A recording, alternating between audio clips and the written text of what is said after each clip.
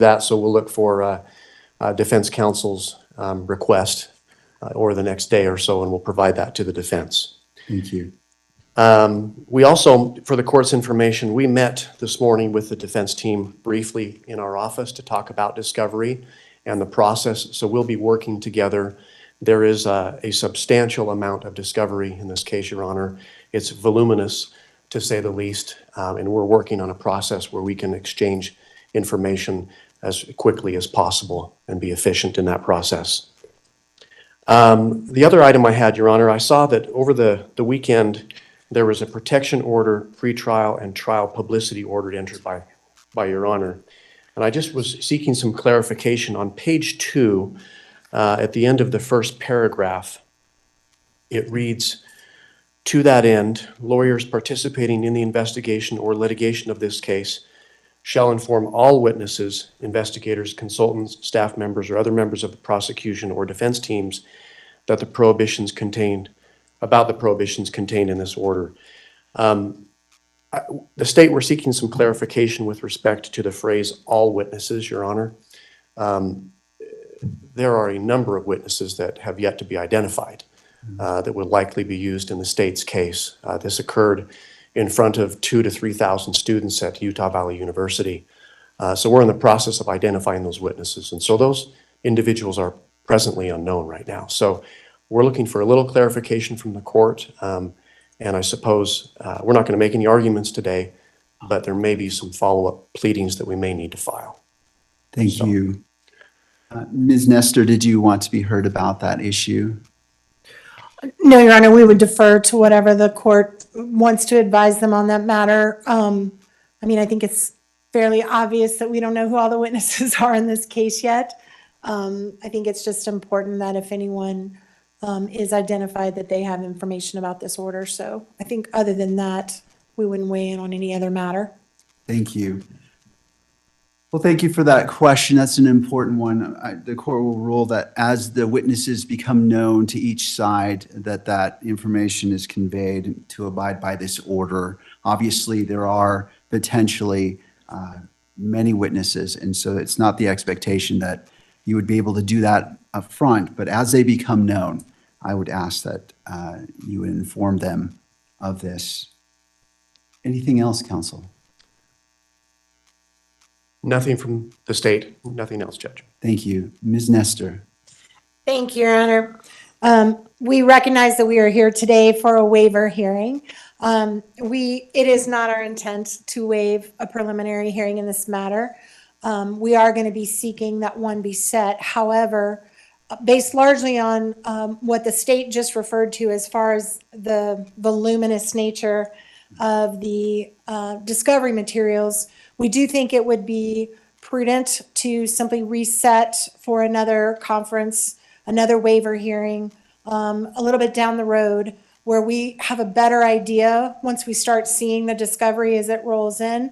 I do recognize we're going to be getting that first batch in 5 days, but it's my understanding from our meeting today that there is massive amounts of digital that is going to be coming. And until we can kind of get our heads around exactly what we're dealing with and how much we need to process, it's going to be difficult for us to give you a reasonable expectation of when we will be ready to do the prelims. So we're asking today that we put that decision off, and maybe we could check in 30 to 60 days and just kind of let the court know where we're at and how much we're looking at and how much time we may need to set a preliminary hearing.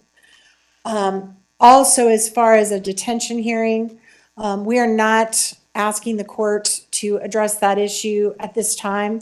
Under the statute, the issue is going to come down to the question of whether there's substantial evidence, which right now we're just not in a position at all to be able to even argue to the court. So we are probably going to ask that the court delay that decision possibly until the time of the prelim.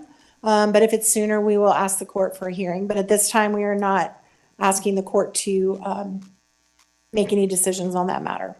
Thank you, counsel.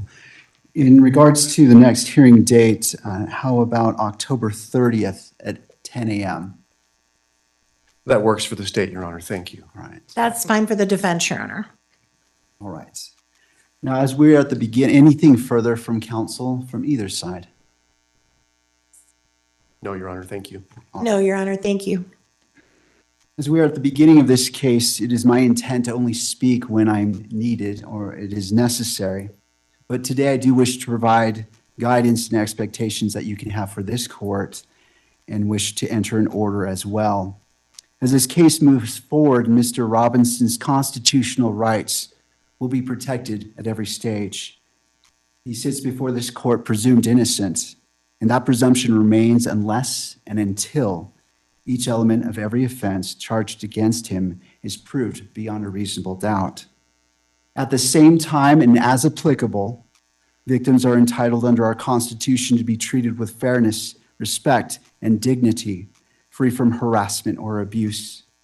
Justice demands that both of these principles, the rights of the accused and the rights of victims, be honored without compromise. I remain steadfast in my oath that I made 56 days ago to support and defend the constitutions of the United States and of Utah. I will carry out my duties with fidelity, transparency, and impartiality, treating every person who appears before me with the dignity and respect they are inherently due because they are human beings. Let me be clear. I will not put my finger on the scale of justice. These proceedings will be open to the public, conducted in accordance with the law, and handled with diligence and competence to ensure that justice is never compromised. It is the standing order of this court that Mr. Robinson shall be allowed to appear in person so he can fully engage with his attorneys and participate in these legal proceedings.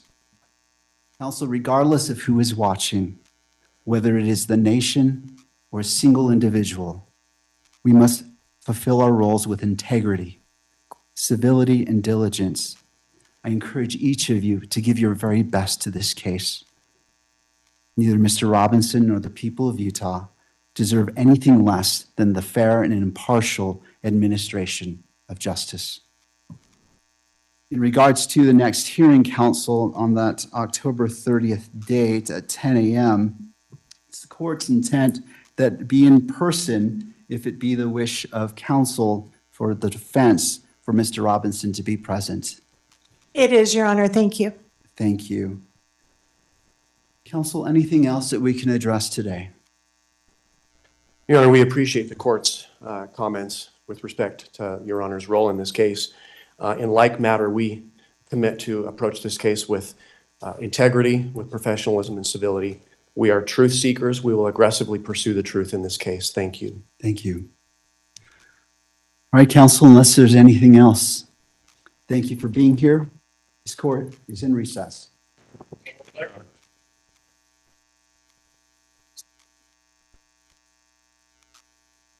Stamp on that. Okay.